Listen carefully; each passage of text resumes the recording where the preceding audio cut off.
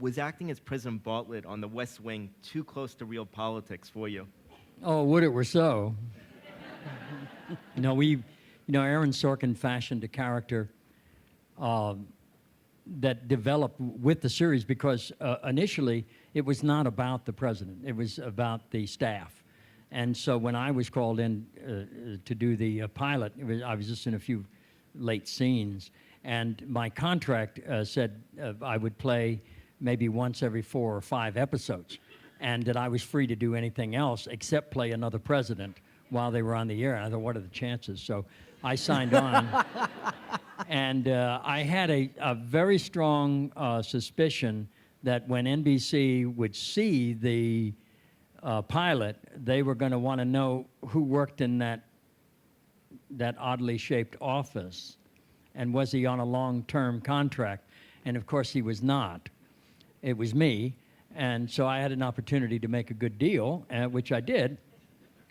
But I wasn't so much concerned with the dough as I was with the quality of the program, and so I invested in the show, if you will.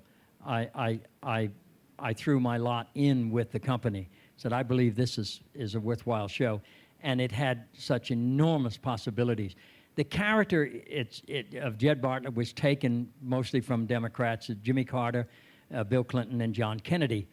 And all of the best part of their characters were infused in this man, in this modern-day public servant. And that's what we called him. We didn't call him a politician. He was a real public servant. And the show initially, and I think it was successful in that, it celebrated public service. And it celebrated the people who remain unknown and unnamed, who go about serving all the different agencies of the federal government, and there are about 3 million of them all over the country, all over the world, in embassies and military and elsewhere, that serve the nation out of true patriotism, not party or not partisan, but American. And that was always the center and energy of the show. We were going to celebrate the very best part of us.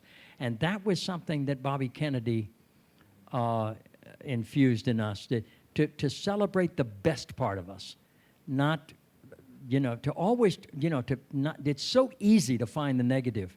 You have only to look in yourself, and then everyone else becomes a reflection of the worst part of you. But if you learn to accept yourself with all your flaw and your goodness and your light and your potential, your possibilities, you begin to see that in everyone, no matter what side of the aisle they were on. And the show came at a very interesting time because we went on the air when Bill Clinton was in the White House. He loved the show, and he even made some suggestions every now and then. Did he ever Did he ever invite you down for a real proper We were at the White talk? House a couple of times. Okay. Yeah. And he came to visit us once and started rearranging the furniture. In the Oval Office. Well, Martin, over here, you should put this thing over here. He was wonderful. I adore him. I still do. I think he's one of the best presidents, certainly in my lifetime, and the country. But the series, it became something else. As soon as the Bush administration came in, we felt an obligation to remain true to where we started, and we became kind of a parallel universe, of possibilities. So,